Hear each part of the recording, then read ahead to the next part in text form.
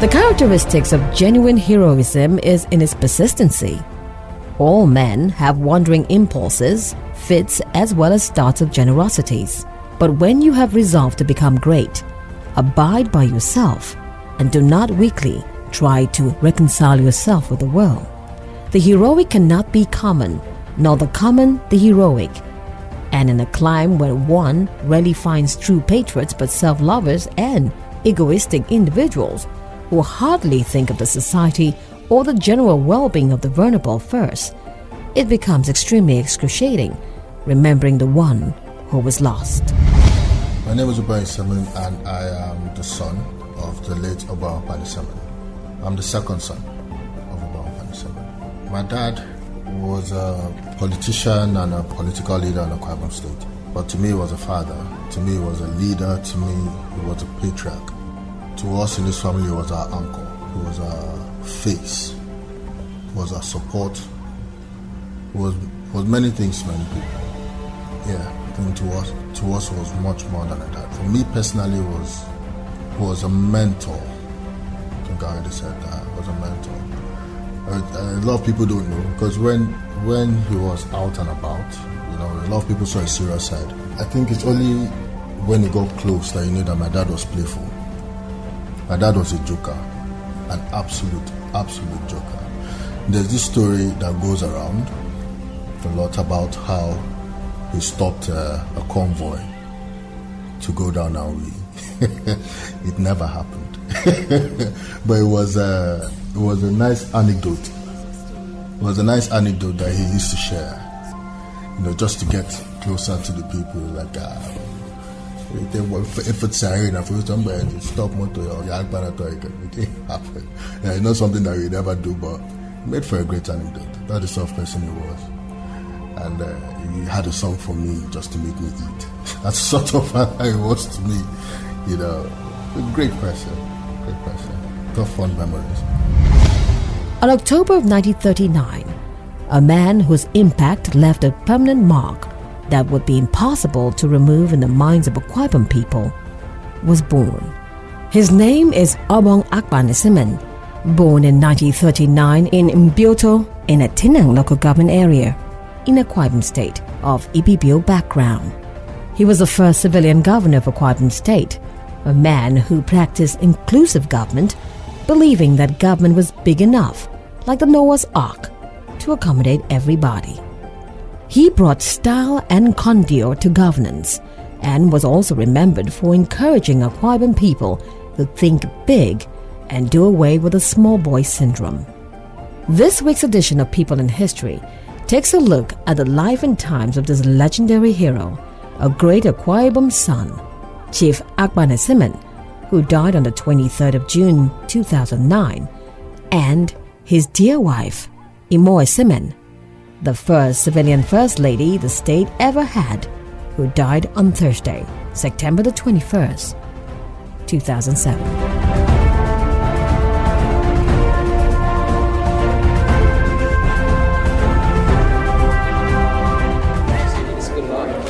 Isemin attended the Tinang Institute for his secondary education and then the University of Nigeria in Nsukka, where he earned a BSc degree in economics. He first worked with Ajib and Esso Standard in the oil and gas industry. And then in 1969, he joined the Every Limited as a sales executive, holding this position for 13 years and rising to become an executive director before retiring. He was a sales director at Avery. Avery was a company, and a British company that used to sell lifts and some heavy equipment in Lagos. Yes, it was one of the best performing directors. My dad was a brilliant salesman. You could sell ice to an Eskimo. Now many times he convinced me to leave half my pocket money and go to school. He'd negotiate me out. He'd negotiate me out of the money. He also wrote a column in Business Times and was an ardent tennis player.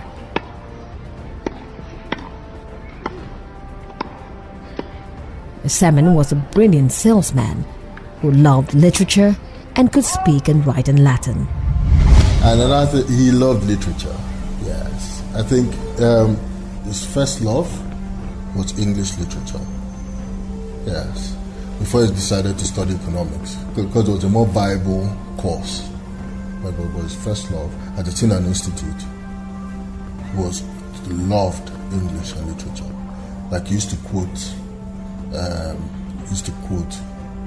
poetry to his latter days, and Latin. My dad could speak Latin. Yes, he could read and speak Latin, which I found interesting. Apparently, they used to teach them those things in the Statesman Institute. We used to teach them those things back in the day. We never taught me Latin in secondary school, but yeah, he used to have this. Quote. I can't say it in Latin, but I know the English translation. It was Petrus Panus something. It meant Peter Pan remained a boy because he refused to grow up. So he used to say that to me all the time. yeah. Also, his favorite, one of his favorite poems was Samson Agonistes by John Milton. It's now one of my favorite.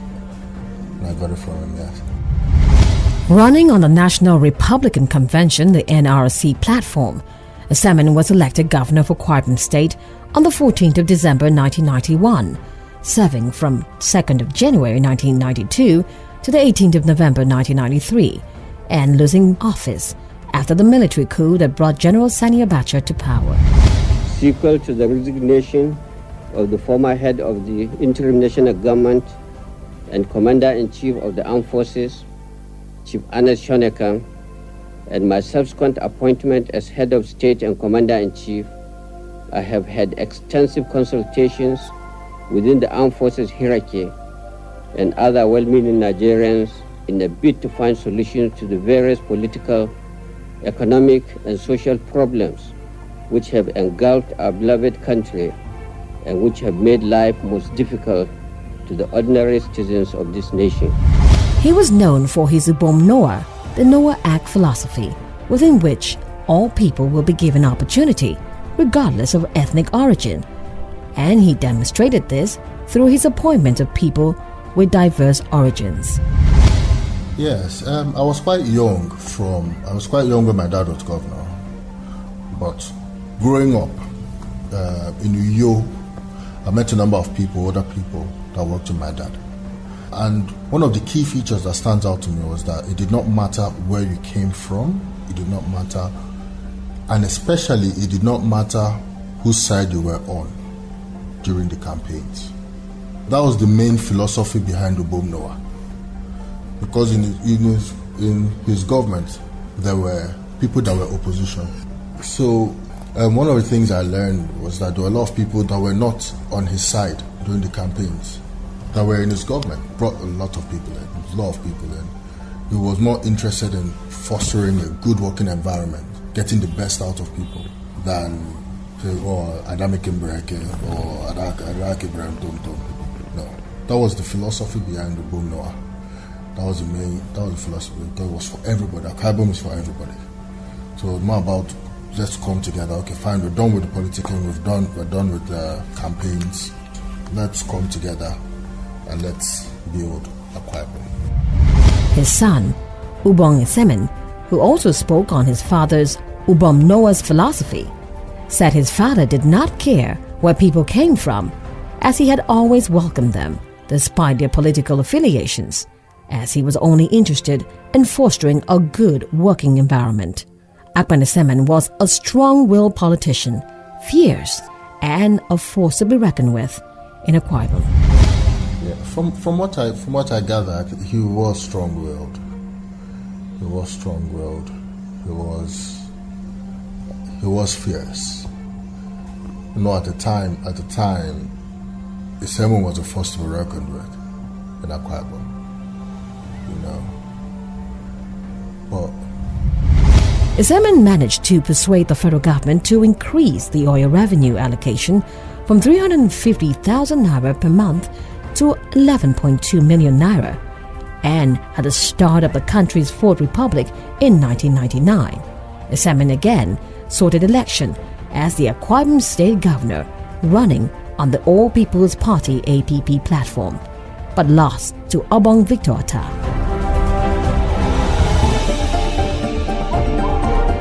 In 2003, he unsuccessfully sought election as a senator on the All Nigerian People's Party ANPP platform, and later he joined the People's Democratic Party, the PDP. Isemin died on the 23rd of June 2009, 16 years after leaving office as governor of the state due to the military coup in Nigeria that brought the late General Sani Abacha into power. It was quite sudden. It was fine. Actually, it's quite a sad story because the Sunday before, my dad died on a Wednesday. The Sunday before was my older sister's introduction, and he was here with us, meeting the new in-laws and whatnot. Took ill of it on Monday. We thought it's not a big deal. Tuesday, probably just malaria, just rough crisis. Wednesday, we now thought that was serious. We kept trying to call his doctor. Tried and tried to call his doctor, and the man wouldn't pick. So at the point, by Wednesday evening, he lost consciousness, and we tried to rush him to the hospital, but at that point it was too late.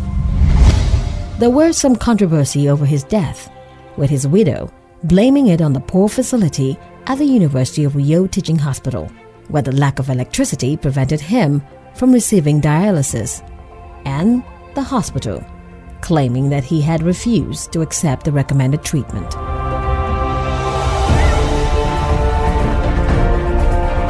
Speaking on the circumstances that surrounded the death of her husband, the late Obong Akpan Isemin insisted that the staff inefficiency and infrastructural ineffectiveness in the hospital precipitated her husband's death. According to her, let us start with the last few days before his demise. On Monday, the 15th of June, when Obong Isemin was expected to go for dialysis, but there was no electricity in the dialysis unit of the hospital. This was a regular occurrence. We stayed in touch with the head nurse. Electricity came in the afternoon towards the close of work, and dialysis took 4 hours. That was the reason it was shifted to the next day on Tuesday, and this was not the first time. It was a regular occurrence. She alleged that at no point did these doctors prescribe hospital confinement, so Obong could not have vehemently refused admission after much pressure, she said.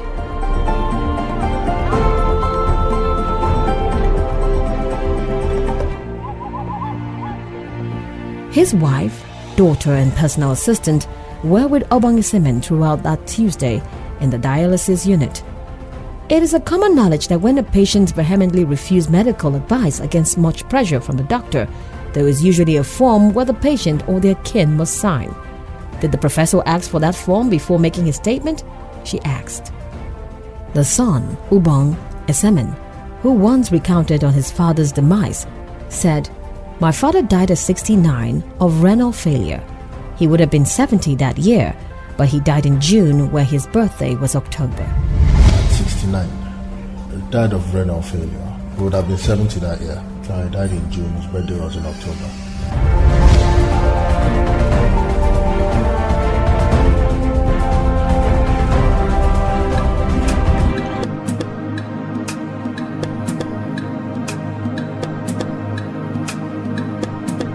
On the landmark left by the late Obong Akpan Isemin, Akpan Isemin had the Ubom Noah philosophy and also the no to etok syndrome. He hated small thinking because he believed that everybody could be great, build something big, no matter what you had, where you came from, and what you do. I think aside from his philosophy of Ubom Noah, who was the second key thing, the main thing was no to etok syndrome. My dad hated small thinking. Hated it with a passion. Sometimes in Akwa Ibom we have this tendency to say,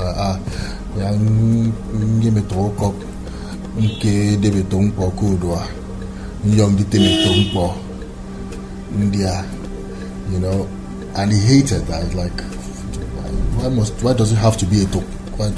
Why is your thinking all a talk? Why can't you buy something big and build something big? So he kicked off a lot of ambitious projects, a number of ambitious projects when he was governor, from what I hear.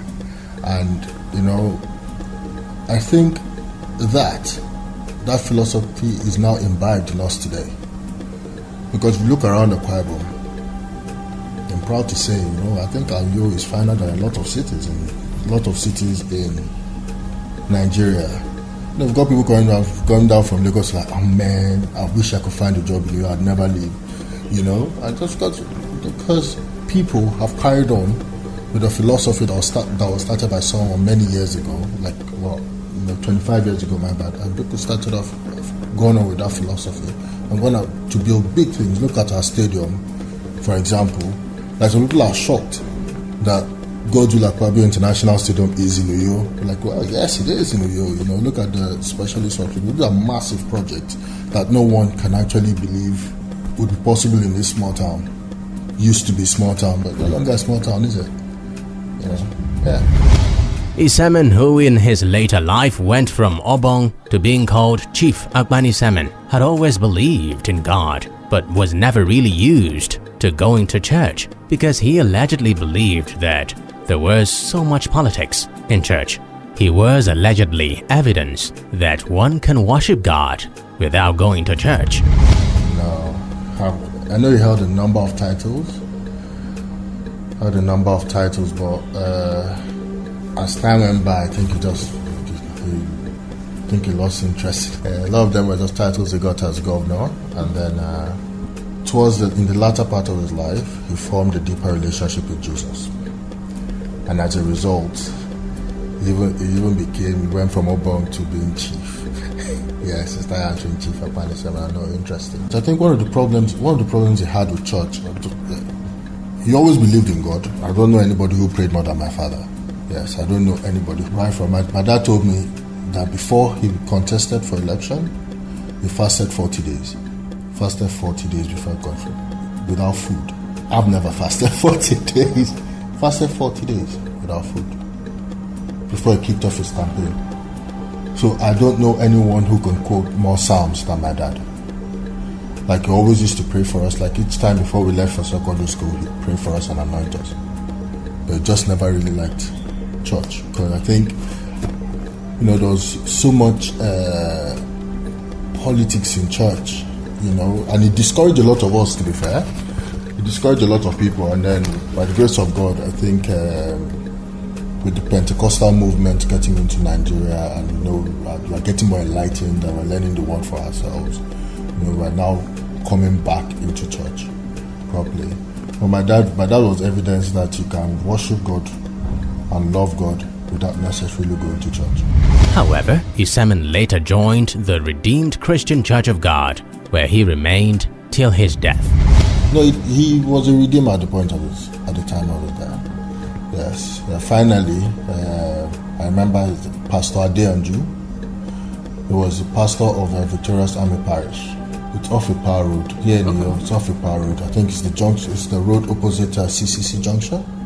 Yeah, that's where Victoria Army Parish is. So yeah, he's the one that finally convinced him. Came every day and he talked. My dad had questions. So he talked to him to convince him that, it's all about Jesus. And you can't just do Jesus at home. Come to church, let people know you're playing this Jesus.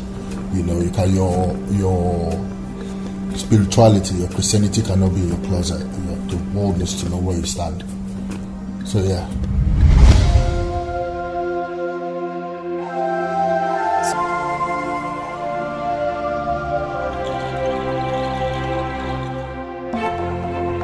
All these achievements by the late Chief Akpan Isemin could not have been possible without a devoted partner, supporter, and encourager. There is a saying that behind every successful man, there is a woman, and Obong Akpan Isemin had one who climbed the ladder of success with him and sustained the achievements after his demise with more successes. Her name, Ibom Isemin, born on 12th May 1952 in Atiampat, Ona local government area, into the Andrew Essien family. Yeah, my mom was born in Atiampat, Ona local government. She was born to the family Andrew Essien, and I know she grew up in Atiampat. My mom was born on the 12th of May 1952. Then she went to primary school in Atampa or nearby, not entirely sure. Imo attended the popular Cornelia College, CCC Secondary School, at Faroku, and afterwards studied economics at the University of Lagos, where she also obtained her master's degree in economics. I know she went to secondary school at CCC. And after that, she went to University of Lagos, economics. Yeah. At that point, she had already met my dad, so economics was like a thing. And she did a master's as well at the same University of Lagos. Yeah. Akpan Isemin met Obong Isemin in Lagos during an Akwa Ibom state function, then Cross River State. They courted for a while and later got married in 1970. I believe they got married in 1970. Yeah. After secondary school, my mom went to live with an uncle in Lagos. And she had gone out with her uncle. I think one of those Akwa Ibom functions or Akwa Ibom gatherings in Lagos. By the time I went to Akwa Ibom, I think it was a Cross River, it was a Ibibio gathering in Lagos. So that's how she met my dad. And then they courted for a while, then they got married. And the marriage was blessed with 6 children. There are 6 of us. Plenty. The eldest, my elder brother, Akwa Isemin. Following him is a lady, Ibibio, now married, so Ibibio in Demodia. Following her is Nsikan, now married Thomas. Following Nsikan is Udwak. Then there's me, Ubom. And I've got a younger sister called Udumekong Isemin, yes. Imo Isemin was a banker at Icon Merchant Bank in Lagos before she moved to Century Merchant Bank and grew to the level of executive director before the husband, Akpan Isemin, became a governor and she had to come back to Akwa Ibom. My mom was a banker. And was in her blood. I think her first job was at Icon Merchant Bank. She spent a number of years there before she moved to Century, another merchant bank in Lagos. She moved to Century Merchant Bank, and during at Century Merchant Bank, she grew to the level of executive director of Century Merchant Bank. That was before my dad became governor, and she packed up her things and moved to Akwa. During her tenure as the First Lady of the state, Imo Isemin was active in the Better Life program. She started the Uforo Community Bank in Akwa Ibom while she was First Lady, but the bank did not last due to the alleged military regime that followed after their tenure. I know she was very active in the Better Life program. Yes, I know she was very, very active in the Better Life program. And she wanted to start a bank in Akwa Ibom for Akwa Ibomites.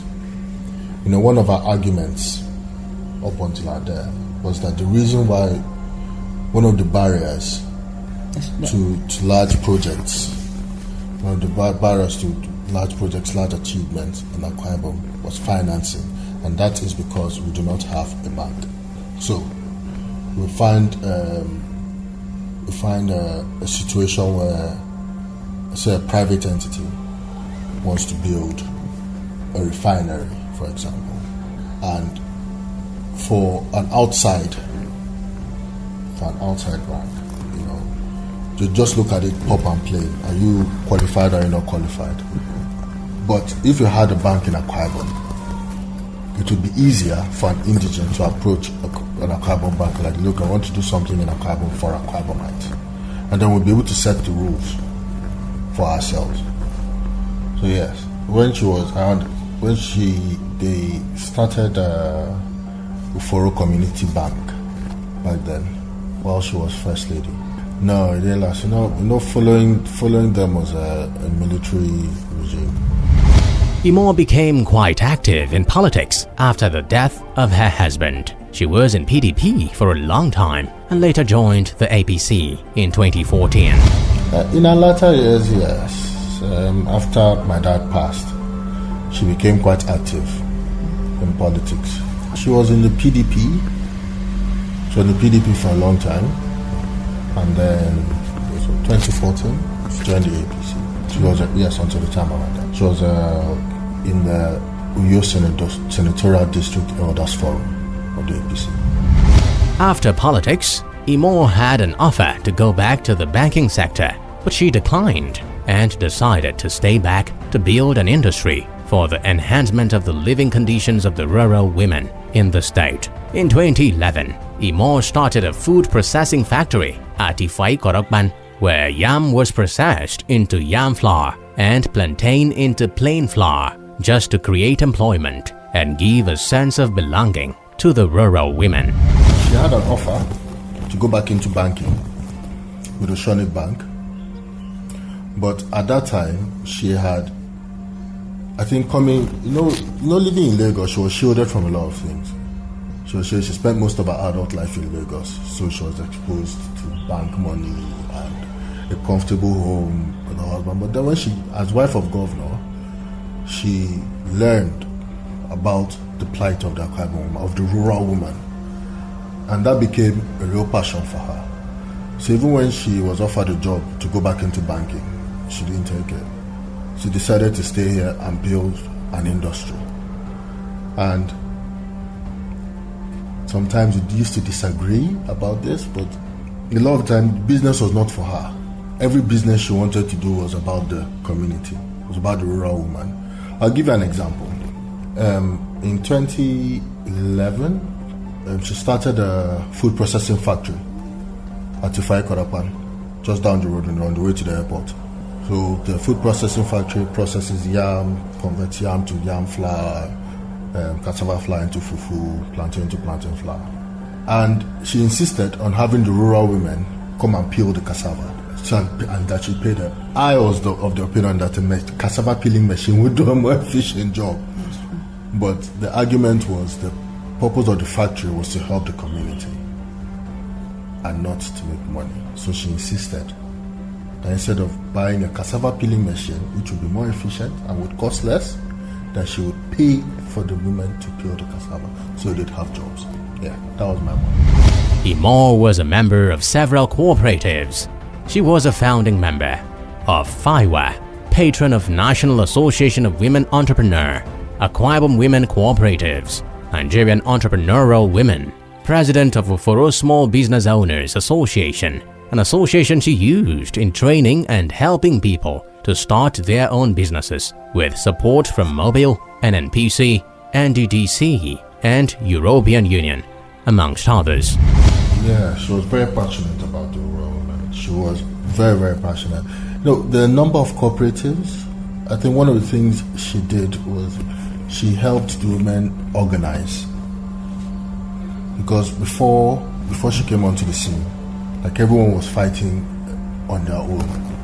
But then coming onto the scene, the women started to get organized. So I think she was one of the founding members of FIWA, F-A-I-W-A. She was a patron of NAWE, which is a National Association of Women Entrepreneurs. Another group called Akiwoka, the Akwa Ibom Women Cooperatives. There's a number of them. New Nigerian Entrepreneurial Women. Yeah, I think that's what NEW stands for. There's a number of them. There are plenty.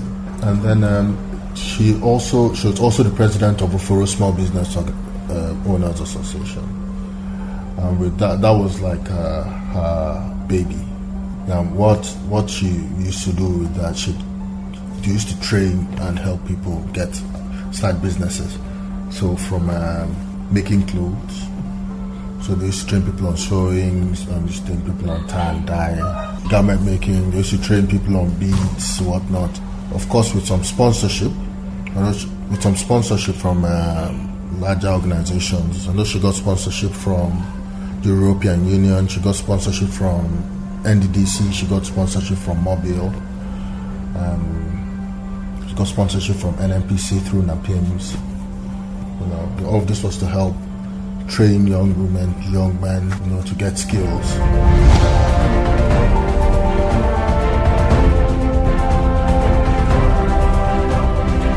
Imo was also passionate about church. Her passions for the things of God were incomparable. She was an active member of the Redeemed Christian Church of God till her demise.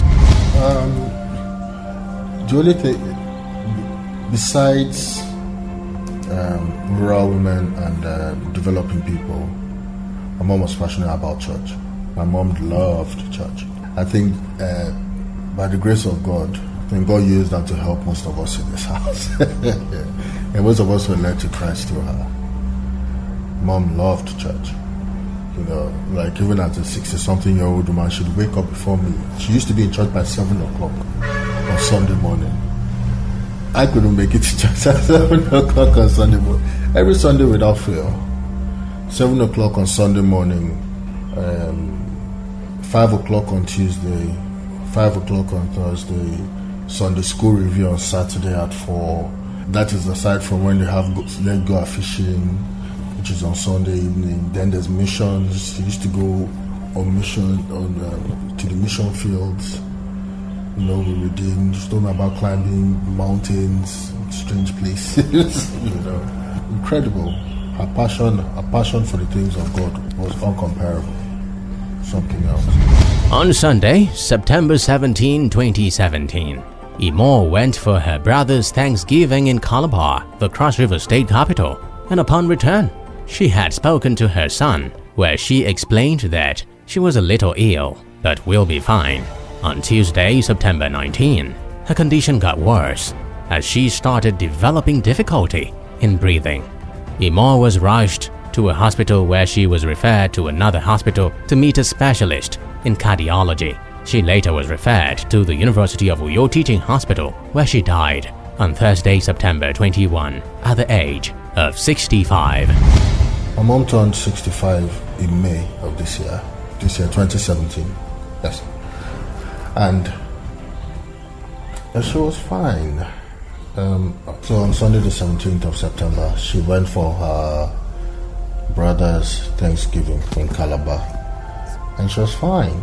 She came back, I spoke to her, I was in Lagos at the time, I spoke to her on the Monday, which was 18. And she just told me that she felt a little ill and, you know, but that she'll be fine. I just thought it was because she was so stressed out on Sunday, the long trip to Calabar and back. So I thought, oh, okay, you know, just rest, take your meds, you know. I understand on the Tuesday, she got worse. She was struggling to breathe. She was having breathing difficulties. So they took her to the hospital on Tuesday. But the hospital that she was taken to was not, did not specialize in that sort of. We referred her to another hospital, and a doctor who was supposed to be a specialist in cardiology. So took her there. From where she was referred to the University of Uyo Teaching Hospital, and she didn't make it in the morning.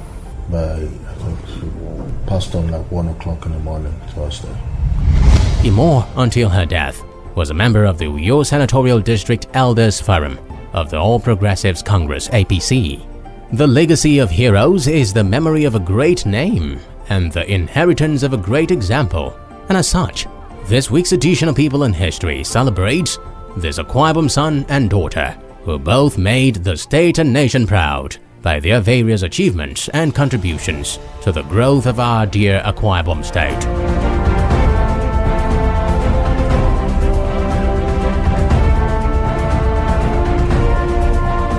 Chief Akpan Isemin, a man who will be remembered for kick-starting the fight for offshore-onshore oil dichotomy, which partial realization came days before he left office, and his dear wife, Obong Akpan Isemin, who contributed to the enhancement of the living conditions of the people, especially the women in the state. I'll be honest, I haven't really come to terms with it. I've come to terms with not having my dad around. It's been a long time, it's been 8 years. I've come to terms with not having my dad around. But up until now, my mom has always been our covering, our matriarch, our direction. You know, if we had any dispute, disagreement, mommy always settled it. But mommy's word was final. Like, oh, mommy, which way are we going? Like, we're going that way, and that was it, you know. And now she's no more. She was also my mentor, you know. I started my own business about 3 years ago now. I'm an IT consultant to IT services, and never run my own business before. I was like, and basically she held my hand. Every time I had an issue, Mommy, how are we going to do this? She's like, Ubongi, calm down, But now no more. It is heartbreaking because she was more than just a mom. She was my friend. She was my personal person. There's left a gap. What can we do? Life must go on. This week's edition of People in History was voiced by Cleopatra Tao and Xavier Robert, scripted and sourced by Jane Uwa, and produced by Joseph Manasseh. Among useful sites include biography.com, NigerianBestForum.com, live interviews, amongst others. Well, good, they left a massive legacy. I'm grateful to them for giving us the children a recognizable name. Because where my children come, as long as they say Isemin in Akwa, I'm like, I know you. Yeah. But it also left us massive shoes to fill. Because now there's so much expectation. Like, so how are we going to continue this legacy? And I'd be lying if I said I was not a little bit afraid of letting them down. Because everyone expects you to outdo. But my parents, as in they overdid. Anything below the achievement. But now you come and check out the achievements now. Left us with impossible shoes to fill. But here we are. Yeah.